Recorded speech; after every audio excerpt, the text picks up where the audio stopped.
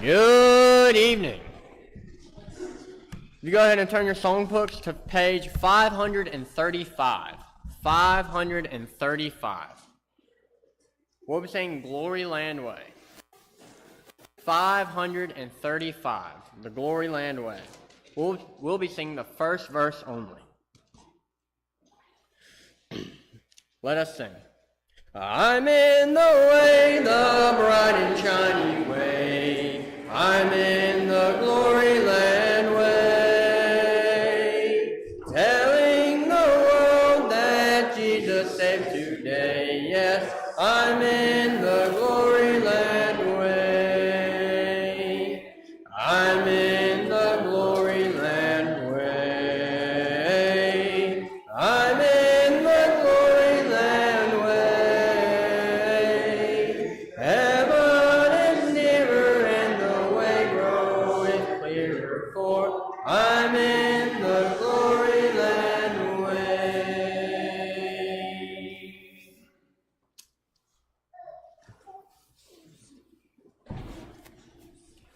881, 881, Mansion over the Hilltop.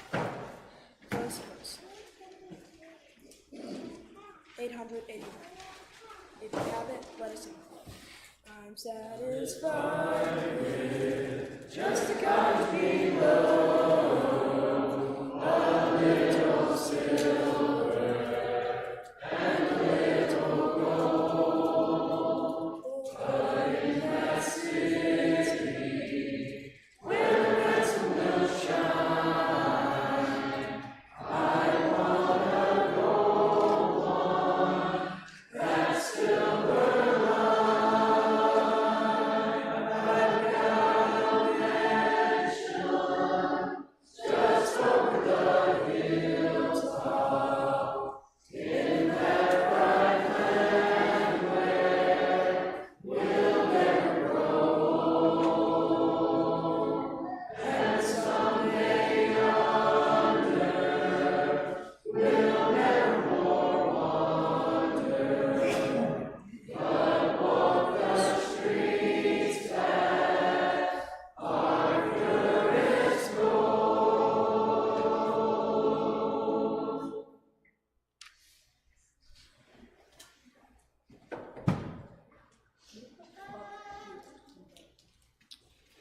957. 957. The invitation will be 909. Okay. Let us sing. This world is not my home, I'm just a passing through. My treasures are laid up somewhere beyond the blue. The angels beckon me from heaven's open door, and I can't feel at home in this world anymore. Oh Lord, you know I have no friend like you. If heaven's not my home, then Lord, what will I do? The angels beckon me from heaven's open door, and I can't feel at home in this world anymore.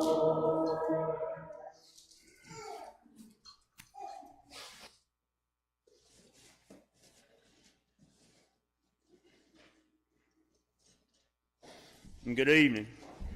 It's good to see everyone out this evening. A little cool outside, as you probably noticed. Nonetheless, good to be here, assembled together. I'd like to share a little story with you and then hopefully make an application. A while back, I was sitting in my office at work one morning, and my boss called. She said she was on her way. She lives in Trussville, and that she'd like to meet me for breakfast when she got there. So I said, okay, I hung up the phone, and I immediately thought, this can't be good. But anyway, I met her, and she informs me that she's thinking of making some changes within our organization and that they include me. And she asked what I thought about it, and as politely as I could, told her I didn't think it was that great of an idea, that I really liked where I was at. So we carried on. Again, very cordial. She told me to give it some thought and that, we'd see how things went. Well, you guys know how it goes. About a week later, it was a done deal without any more discussion on our part. It didn't sit well with me. I didn't like it. And I let it get to me. And I couldn't let it go. It just, it changed my attitude at work, changed my attitude at home. I brought it home with me. It carried on way longer than what it should have. So one day, I come into the house, I guess it's one afternoon maybe, I can't remember exactly. And I walked into Jennifer in our bathroom. We have a large mirror over our two sinks, really big mirror. And I noticed there was some blue writing in the far right-hand corner, pretty large writing. And if you know, Jennifer's not here, so I can say what I want to. If you know her well, you know that she's artistic, she's creative, she's occasionally spontaneous. I've come home from work and we've had full wall paintings that were not there when I left. I've had rooms painted colors that are not that common to put, but anyway. So I'm not alarmed when I see this writing. And I look, and what she's done is a prayer list. Blue writing down the side of the mirror. Just a simple reminder, hey, we're going to remember these folks because they're in need of our prayers. Some of you guys are on it, have been on it. Folks you know are on it. But it stopped me dead in my tracks. I'm talking about it like you had punched me in the face. I stood there looking at it, and I honestly felt physically ill. I was ashamed of myself. I had taken something that in the overall scheme of things wasn't that big of a deal, just a change. And, many people refer to my job as one of those cushy government jobs anyway. But I let it affect me in a way that it shouldn't.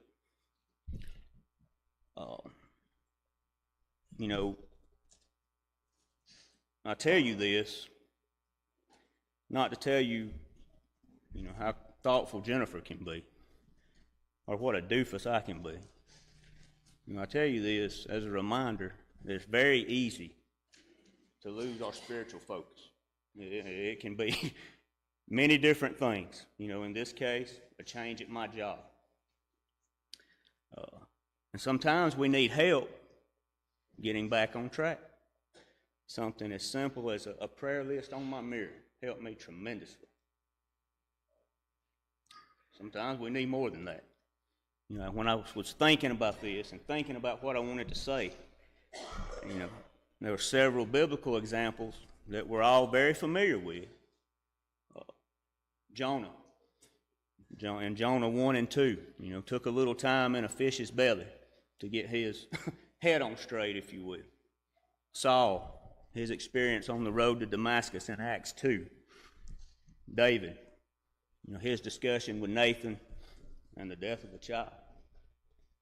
Zacchaeus, actual meeting with Christ himself. Thought about the prodigal son, took a meal in the pig pen for him to come to his senses, if you will. So I ask you this evening about you, about your spiritual focus. Maybe there's some things that need tweaked. Maybe it's time for a complete 180. No better time than this evening. Here we are, just right into the beginning of a new year. We probably just far enough that many of you have probably forgotten your New Year's resolution. But you get what I'm saying. If there's anything that we can do for you this evening, please come as we stand.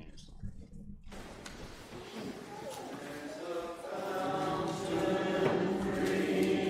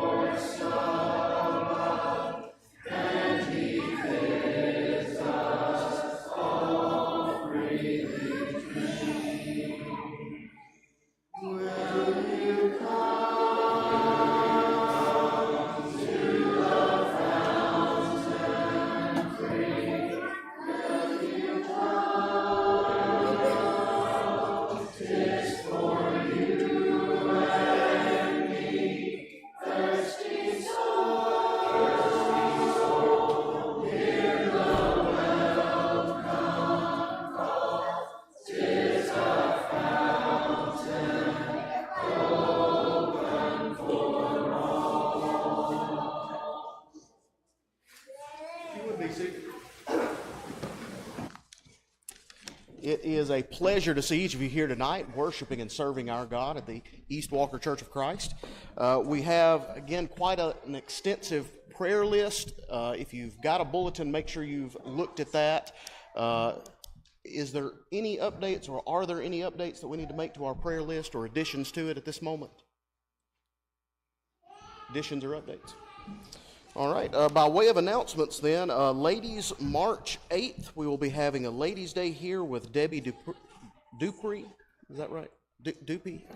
I'm never going to get that right. Y'all can make fun of me all. There is a sign-up list on the welcome table in the back. Make sure you filled that out. Also remember, March 1st, there's going to be a work day at the Indian Creek Youth Camp.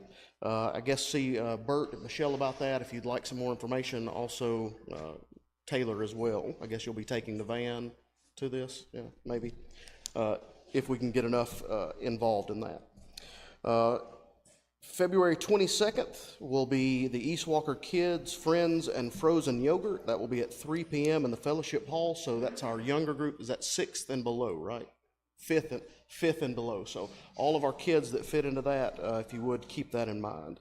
Also, this coming Sunday, February 23rd, we're going to be having a Valentine's banquet for our widows and widowers. That'll be after the morning service, so if that applies to you, make sure you see Taylor about it. Also, any that are willing to serve, see Taylor as well. Also, that weekend, February 28th, will be the lock-in. Still need some more chaperones, don't we? So if anybody is willing to give up a few hours just for one night, Taylor would certainly appreciate it, and I know the kids probably would for the fun that they would have, knowing that somebody is there watching them. So, is there anything else that we need to make mention of before we get started tonight? All right, Austin has our prayer, so if you would give him your attention, and then we'll be dismissed to classes. Thank you for this day that you bless us with, Father. We thank you for the opportunity to come together and worship you and learn from your word and to be around one another, Father. We ask that you would be with all of us and bless us and keep us safe as we go our own ways. And as we go to class, we ask that we would learn from your word and apply things that we learn to our lives to become better disciples of you. Please be with all of us. Keep us safe. It's in Christ's holy name we pray. Amen. Same situation play out my life. Maybe not the list on the mirror, but you know, pretty simple. Behind you to the best of us.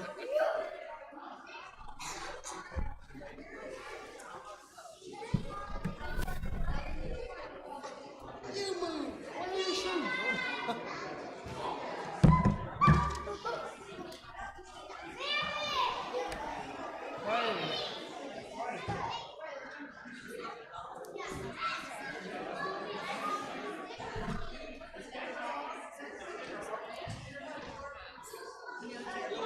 You'll have a good class, man.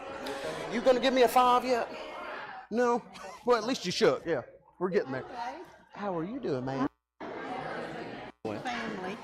Doing good. I've got, well, Kim's not back, but she'll be back next week. So. Oh, great.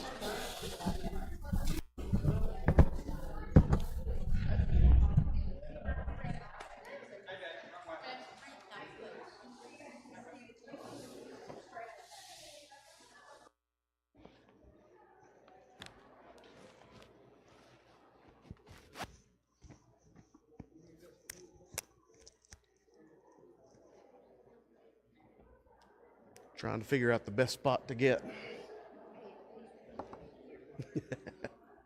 Maybe so, anyway. All right, we are in Esther chapter 7. Esther chapter 7. So you've got your Bibles, if you would turn there. Esther chapter 7. All right, we have finished up with chapter 6. That's why we're in chapter 7 now. And now I gave you the, homework to read chapter 7 and kind of put yourself in the 3 different, or I guess there's really 4 different individuals in it, but put yourself in each of these people's position and try to think of how you would feel living that moment, if you would. Now, again, chapter 6, Mordecai has been honored by the king. Who was he paraded around by? Which individual? Haman, the second in charge. Now, what was the problem between Haman and Mordecai? What had Mordecai done to Haman? He would not bow down and worship him.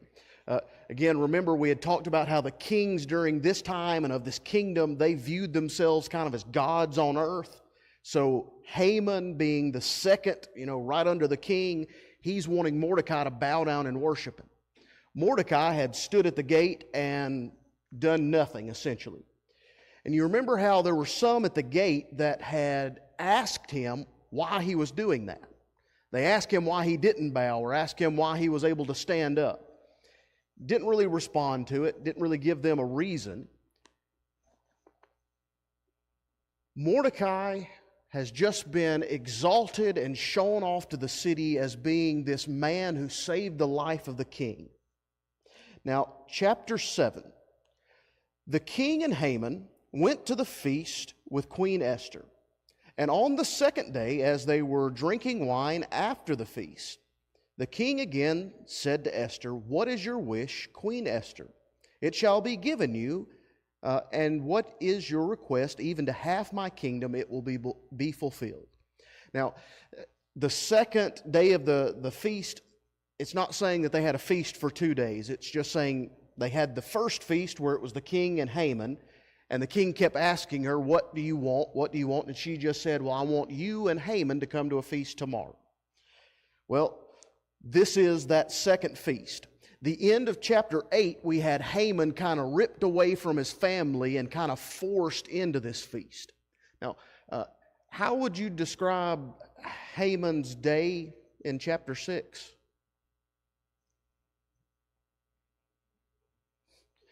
Kind of everybody shaking their head. Ma'am, say it out loud. Oh, it's this understanding that Haman has just had to humiliate himself, leading Mordecai, this man who will not bow to him, around the city, shouting about how great he is and about how this man is exalted in the king's presence. So again, chapter 7. Haman's been ushered to this feast. Maybe he's looking at it saying, maybe this will be the thing that turns my day around. Maybe this will be the good part and all the bad stuff's behind me. So he's rushed to this feast. The king's still wondering, what is it? Now, question or verse number 3. Then Queen Esther answered, "If I have found favor in your sight, O king, and if it please the king, let my life be granted for my wish and my people for my request." Now, let's step back for a second. You're the king. Your queen has invited you and your second in command to a feast to request something of you. She's risked her life, right, to just be able to present the feast to them. And now she has repeatedly not given an answer on what the request is. Do you think the king's pretty curious by this point? Wife, what do you want? Just tell me. Just give me the words. Up to half my kingdom, it'll be yours. Just tell me, it'll be taken care of.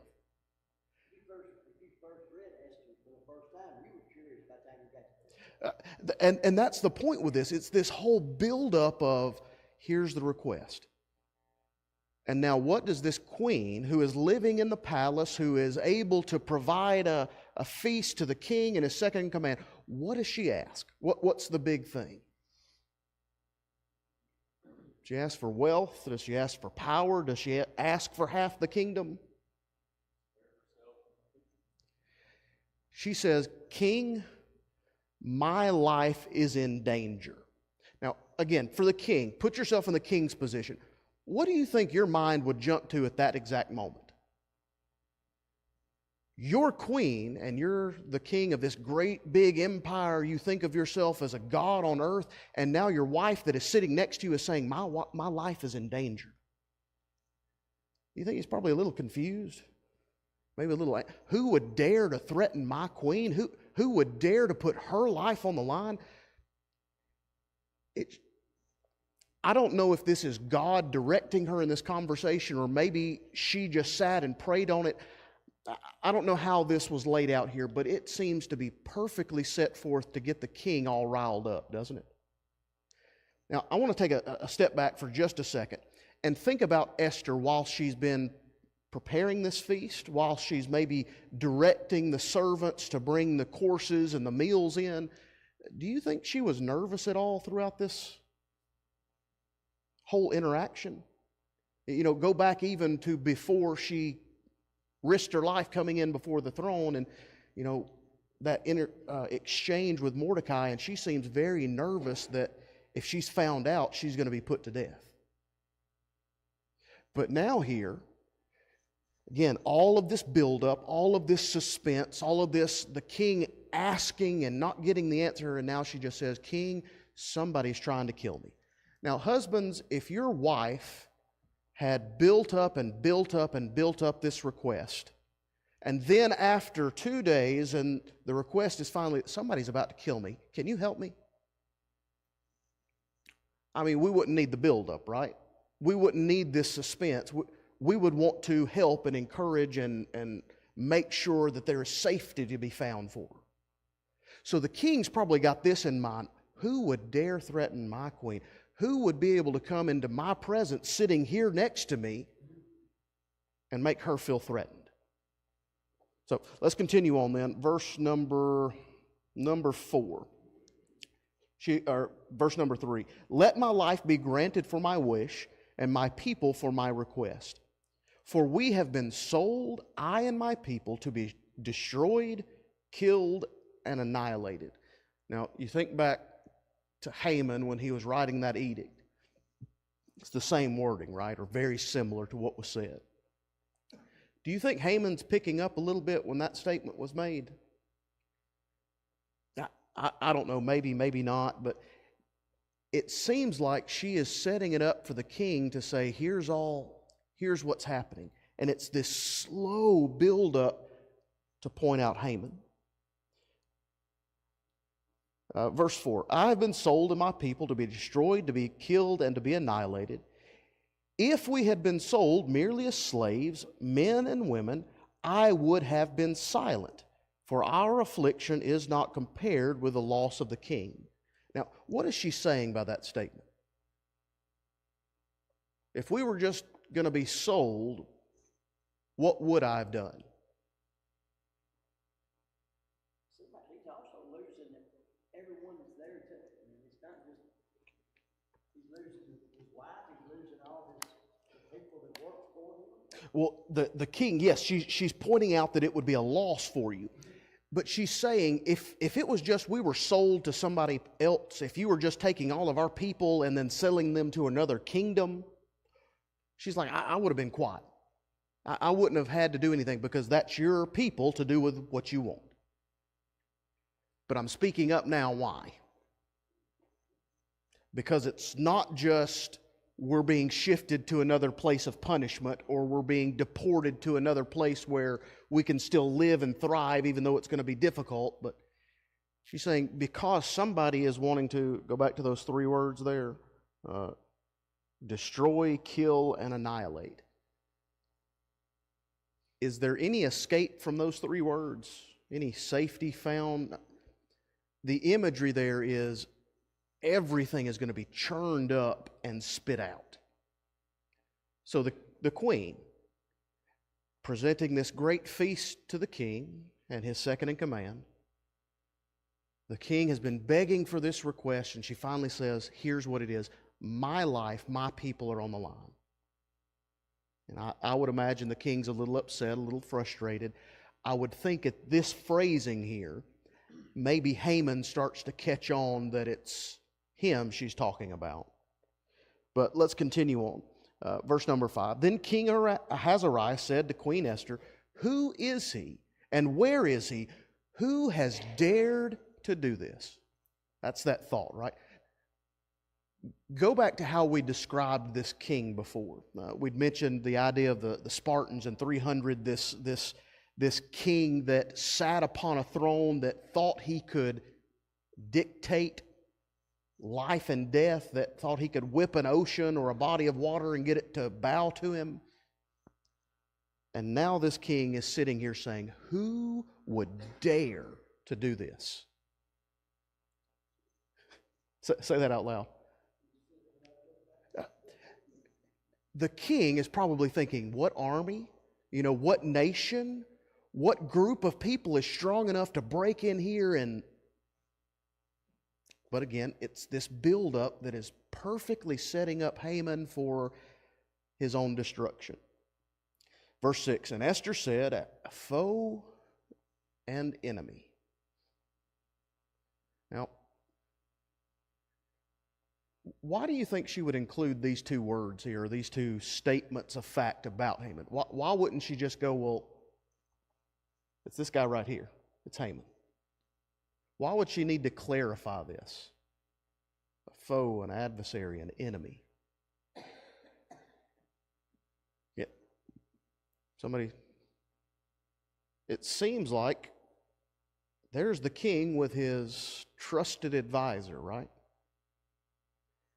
Sometimes we hear the truth and it's hard for us to accept it sometimes, right? Maybe we hear, did you know so-and-so was involved in this sin? And for us, it just doesn't fit the person.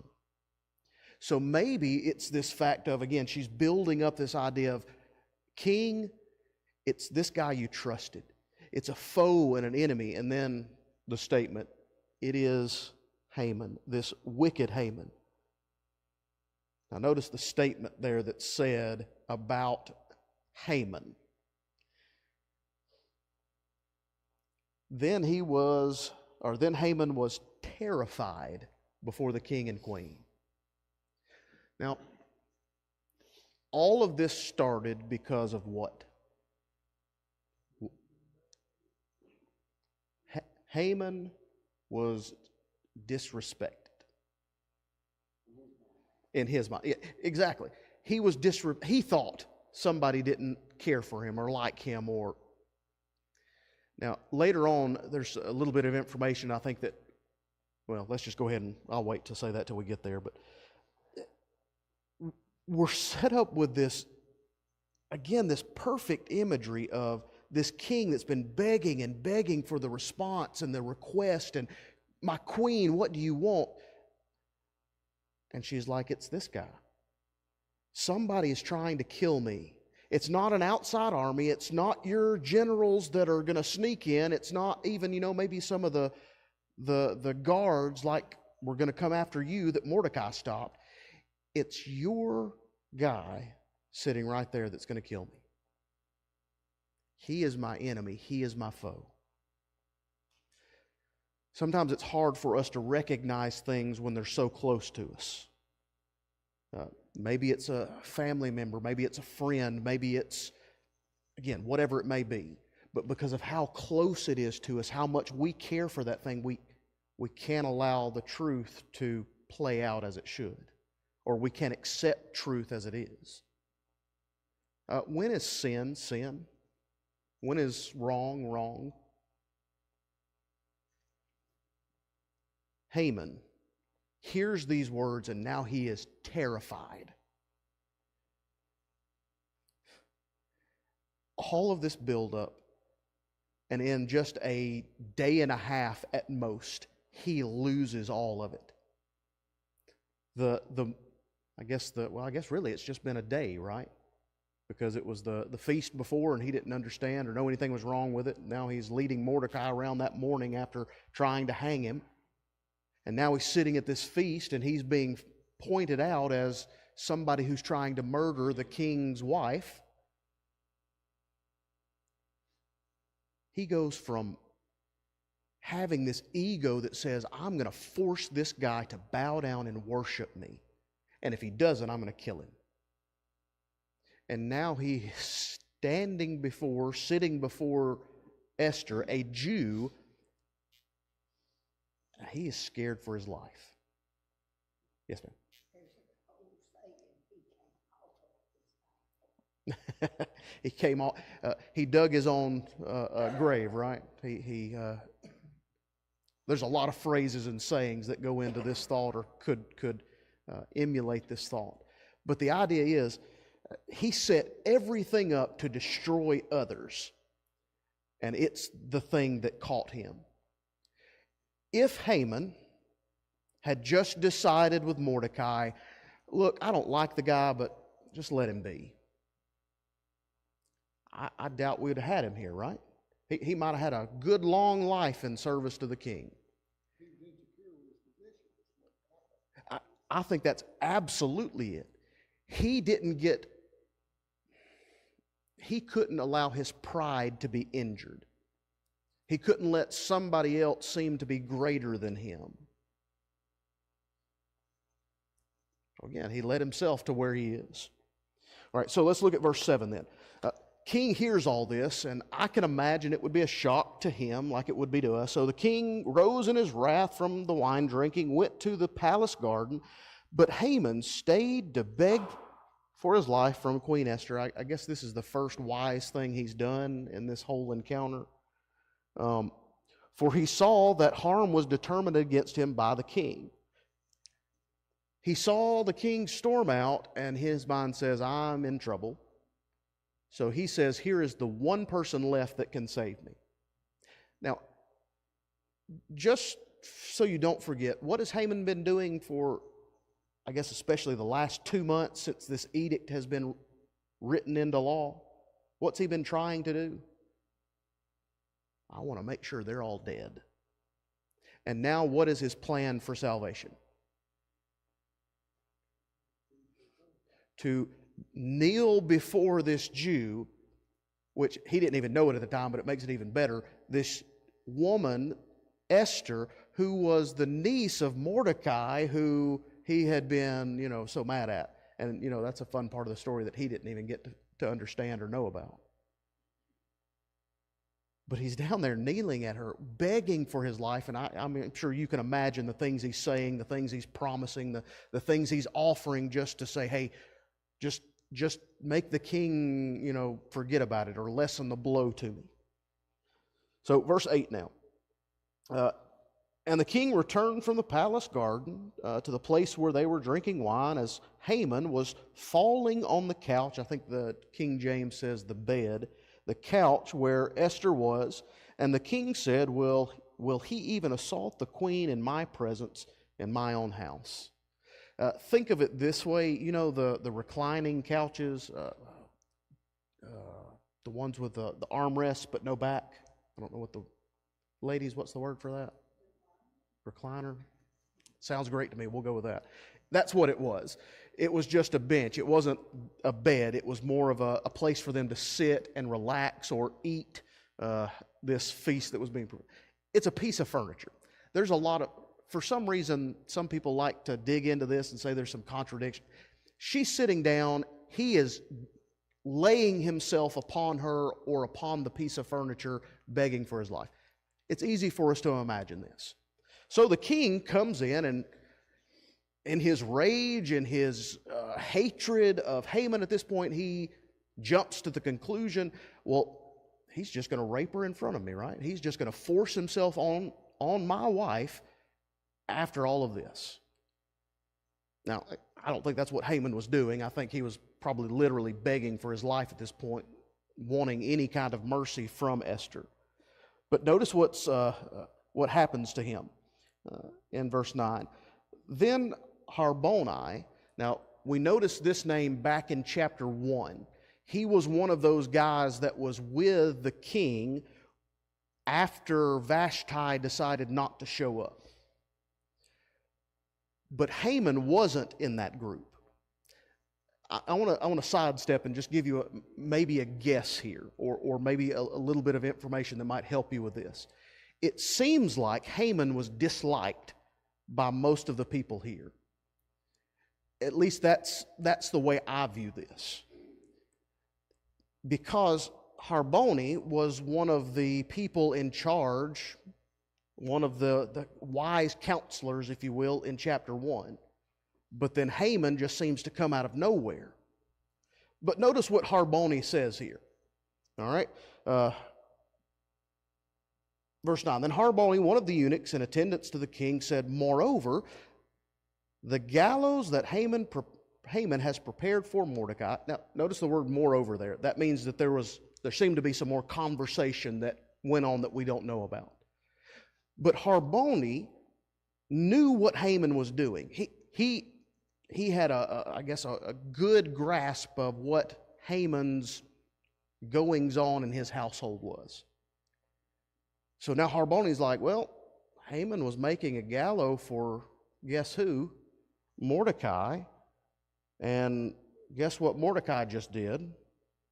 Whose word saved the king and is standing at Haman's house 50 cubits high. Harboni seems to just step up. Apparently he was either in the room or he was called in after the fact. We just don't have the information there.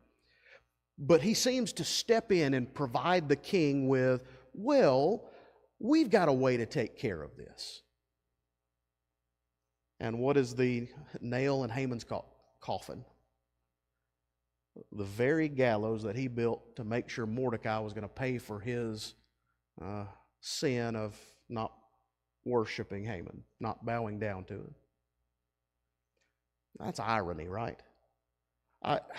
I love this account because it shows that no matter how much the world works against us as Christians, who is in control of things? Who is going to be able to say, okay, we'll let him get all the way down there and then let him hang himself on his own traps, right? We just have to be like Mordecai and Esther. We have to have that mind that just says, well, I'm going to do what's in front of me. Maybe I'm put in this position for what? To deliver. But if it doesn't come from me, it's going to come from somewhere. The idea being is we all have opportunities to act and work and serve for God. Maybe those things are for other people's benefit. Maybe I gain nothing, physically or emotionally or financially from it. But I do gain from knowing that others are saved, right? Esther is putting her life on the line to save her people. Don't you think we should be willing to maybe step outside our comfort zones to invite others to worship, to talk about Christ, to say, here's why I know I can trust Jesus. Here's the love of God that He's shown me in His life. Again, whatever way that we might have to glorify and honor God. So again, the 50 cubic side, now that would be about 75 feet. And again, this was just for show. There's no need to have it that high, right? This was so Haman could sit back in his house and laugh as Mordecai was put to death. And now he is right where he wanted Mordecai. So they hanged Haman on the gallows, and they had prepared for Mordecai, and the wrath of the king was abated. Now, the last phrasing there. Now, was the situation resolved? Were the Jews safe at this point? No. But the king's anger was abated. It's interesting for us to note that it's this idea the king, even though he's not a servant of God, he's not a godly person, right? His anger served the purpose of God. There's a lot of things in the world that I don't understand why they happen, why this person is in charge, or why that individual has that money, but the great thing is I don't have to know. I don't have to know why God allowed somebody to get so much money or why He allows the wicked to prosper, right? It's all under God's hand and guidance. There's a passage in, I believe it's Ecclesiastes, I'm going to say chapter 6, but just read the whole book and come back and tell me where it is, that talks about how this idea that those of the world gather so that the children of God don't have to. it's this image that Haman prepared everything, right? But God said, here's where the justice is going to be. God used all of the things that Haman meant for evil, and he turns them into something good. Let's go into chapter 8. Again, the problem's not solved, but I want to try to set up this thought so we can get y'all to have some homework again for next week. All right, chapter 8, verse 1. It says, on that day, King Ahasuerus gave to Queen Esther the house of Haman, the enemy of the Jews. Mordecai came before the king, for Esther had told her that what he was to her. The king took off his signet ring, which he had taken from Haman, gave it to Mordecai. Esther set Mordecai over the house of Haman. So, 3 verses, what happens? Mordecai gets what? Everything that Haman had becomes Mordecai's.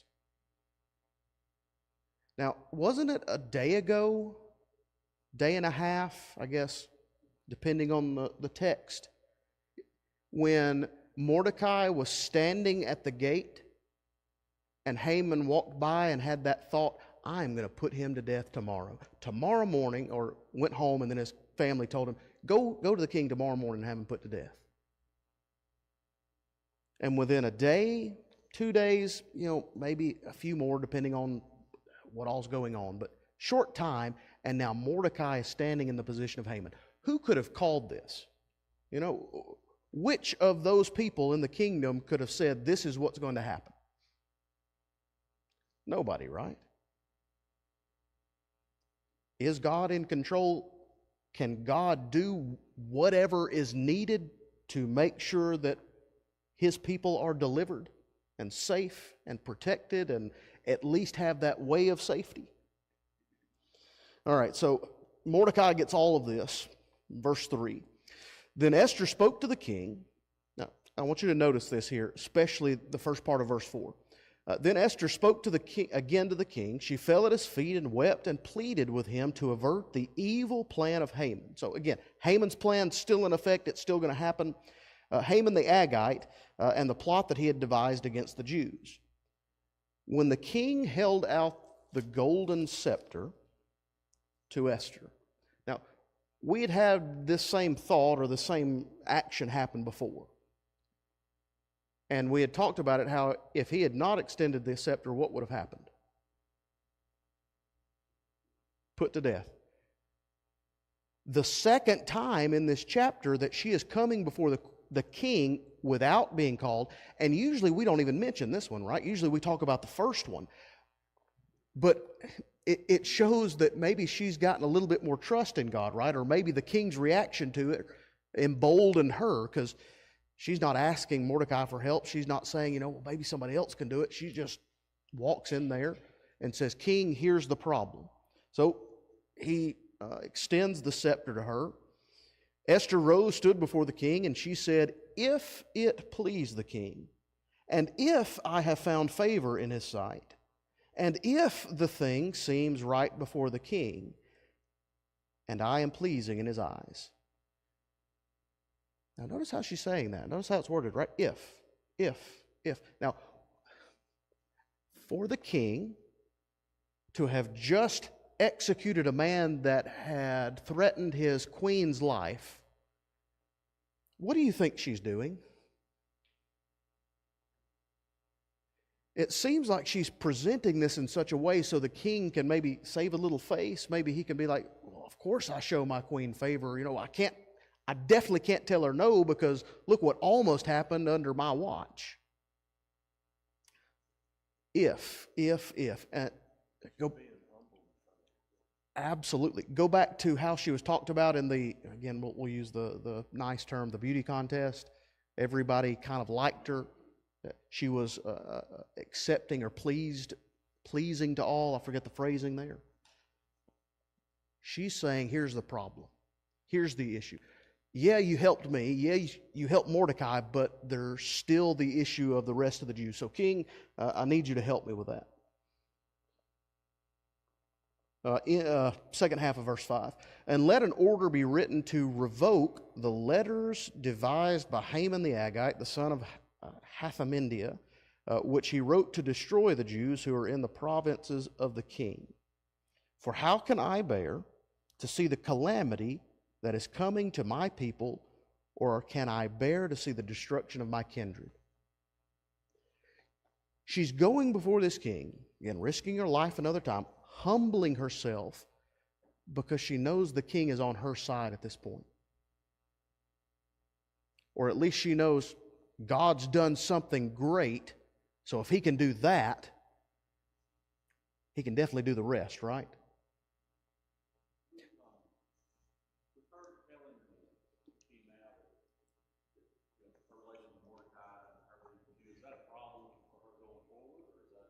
Well, it definitely puts her life on the line now. Before all this, remember her thought, Mordecai was telling her, you're going to be killed in this before the whole thing. So I think for sure it puts the bullseye on her. Because before, maybe she could have slipped around, or maybe she could have been ignored, but now she's firmly planting herself with the Jews. And this is I guess the homework I want y'all to look at, is this edict that's given by the Medes and the Persians. It is a very specific type of law that cannot be revoked or changed in any way. And I want to make a parallel with this.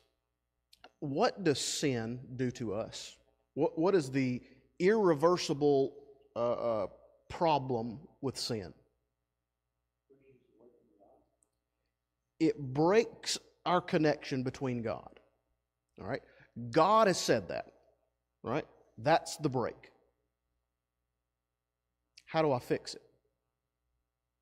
The irredeemable law that is set in motion is God has said sin separates us from Him. So the law, the edict, was all the Jews will be killed. There's no way to change it. There's no way to go back because, again, of how this law was set up. But what are the Jews given? A way of salvation, a hope of escaping this. Notice the first part of verse 9. The king's scribes were summoned at that day, and in the 3rd month, which is the time of Sivan, on the 23rd day. This is about 2 months, maybe a little bit after Haman had first made that decision or first written that edict down to have the Jews destroyed. So 9-ish months, maybe a little bit, few days sprinkled in with that. 9 months till the day when the Jews will have to fight for their life. And Mordecai now is sending out another decree 9 months in advance. An edict was written according to all that Mordecai commanded concerning the Jews to the satraps and to the governors and the officials, to the provinces from India to Ethiopia. 127 provinces, to each province in its own script, to each people in its own language. Now notice the phrasing here. And also to the Jews in their own script and their own language. Now, that was the only part that's different from how it was phrased on the other edict being sent out. It seems to be that the first edict to kill the Jews went out and the Jews didn't even get to see a copy of it. It was just these rumors and whispers of, hey, on this day we get to go and kill you. You remember the confusion, the strife that caused in the city. So, here they are. Mordecai is writing this new provision, this new law, and he's sending out this letter to everybody, but he's also making sure that the Jews get their own message.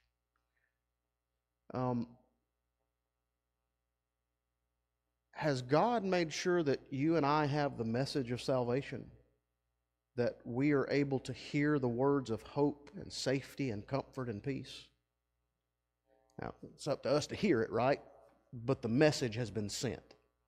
So with Mordecai, here's the thought. He's got this edict that he is going to write, that he is coming up with right now, and he is going to send them out to everybody else. Verse 13, verse 11. No, we'll keep going back. Verse 10. And he wrote in the name of King Ahasuerus and sealed it with a king's signet and sent the letters by mounted couriers riding on swift horses that were used in the king's service, bred from the royal stud. Essentially, this is just the king's fastest horses, fastest mounts, saying that the king, now here is Mordecai's response to this, how the Jews can stop that day of death from coming to them. That the king allowed the Jews who were in every city to gather and defend their lives. Now notice this, the statement, to destroy, to kill, and to annihilate. Same wording.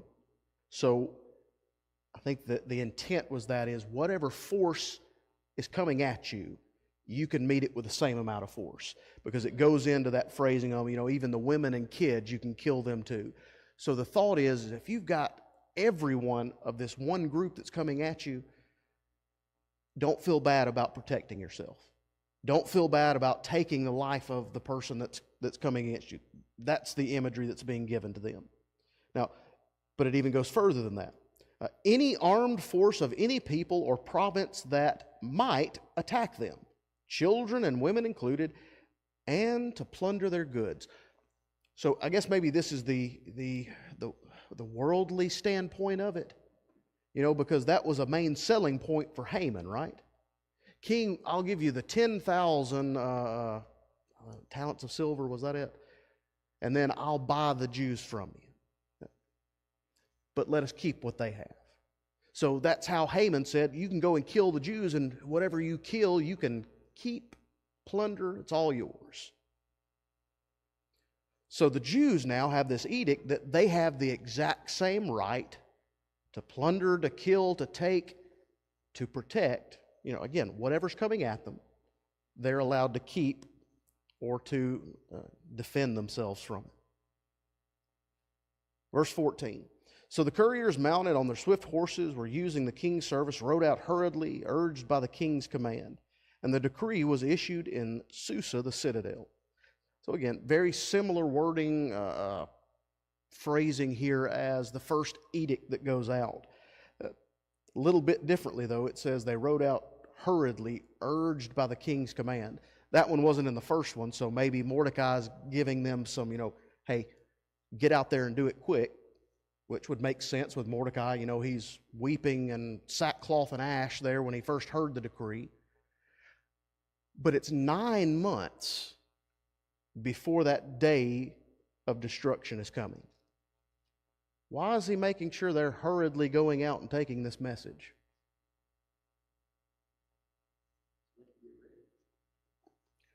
When do you and I need to be prepared for the return of Christ? Now? What about tomorrow, the next day, and the next? You get the idea, right? It seems like Mordecai was just giving them the most time they could to prepare. But also, I think included in this, Mordecai probably wanted to give them some peace of mind, right? If you've been hearing whispers and rumors, hey, government's going to come kill you on this date, you better watch out. Maybe you should be running. Maybe you should. And then you get somebody that maybe you can trust, Mordecai, a letter from him. Maybe you know about him. Maybe you've heard about him through Jewish connections, or, I don't know the visibility of him. Well, he's just been paraded around the city, right? Maybe that's the connection. And now we have a letter from him.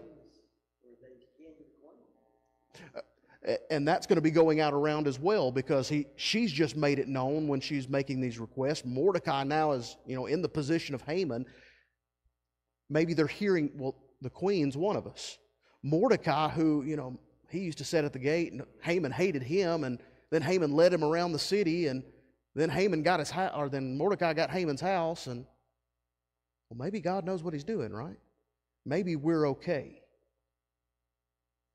He sends this message out to give them some peace and comfort and hope in this situation. For us, when you face difficulties, does it bring you peace knowing that you have a home in heaven waiting for you? Does it bring you some peace to know, hey, I might mess up, but God is faithful and just to forgive me as long as I'm, faithful and just to ask forgiveness? There is a peace that comes from knowing that the God of creation is in charge, that He is the one that is guiding things. The Jews here had been, I can't imagine what the last 2 months had been like for them, right? We're going to die. We don't know all the details, but we know the government's saying there's confusion. Well, maybe this, maybe that, who knows? And now Mordecai, God, through Mordecai, gives them this message of salvation. Now, let's look at verse 15. Let's try to get through the end of this chapter. Then Mordecai went out from the presence of the king in royal robes of blue and white, with a great golden crown, a robe of fine linen and purple, and the city of Susa did what? Shouted and rejoiced. Now, go back a few chapters when the king and Haman had sent out the decree 2 months earlier. What had the city been left in? What was the word? Confusion. Turmoil. It's this who knows what's going to happen situation. And now with Mordecai's edict, everybody's like, well, finally, something to rejoice at, something to be happy with. Verse 16. Mordecai's all, dressed up in these fine robes and linens. The Jews had light and gladness and honor. And in every province and in every city, wherever the king's command and his edict reached, there was gladness and joy among the Jews, a feast and a holiday. Again, I think we can picture the mindset of these Jews. We're facing destruction. Now we've been given deliverance. So throw a party, have a feast, gather everybody together, maybe figure out plans. What are we going to do? Where are we going to meet? They do that. And many of the peoples of the country declared themselves Jews, for fear of the Jews had fallen on them. I love that ending. That's a beautiful way to end the chapter, right? 2 months before, all of the Jews are terrified and confused and don't know what's going on. The city, the capital itself, is in upheaval. And now we get to 2 months later, and Mordecai has been, paraded around the city, shown to be this man exalted by the king. Now Haman's been put to death, and Mordecai stands in his position, and you get the imagery there in verse 15, right? These fine royal clothing, this crown. Now, it wasn't an actual crown like we think of. It would be more like of a wreath, a symbol of respect and honor, but again, something that is very prominent for them. So now the whole city is hearing about this. Well, the Jews were fearing for their lives, and now Mordecai's a Jew, and he's sitting in Haman's position. Queen Esther is a Jew too. So what do many people do? They decide to do what?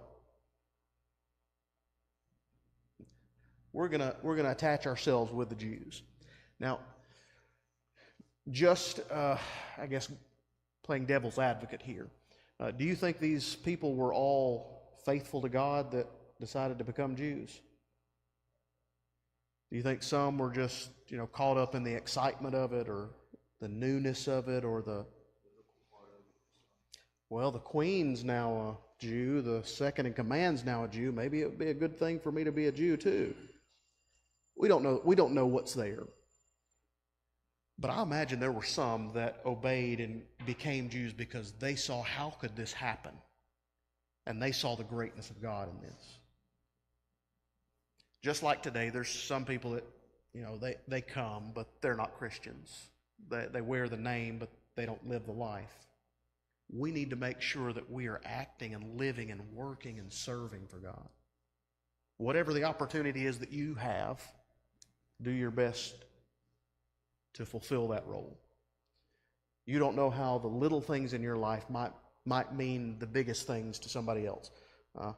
Michael, you said it out loud, so I'll use it. Your example.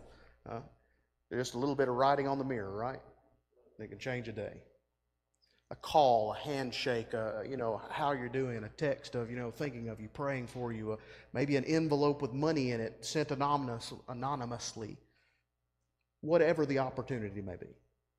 Let's strive to take hold of those things. Now, again, for next week, your, homework, that's not really the right way to think about it is, but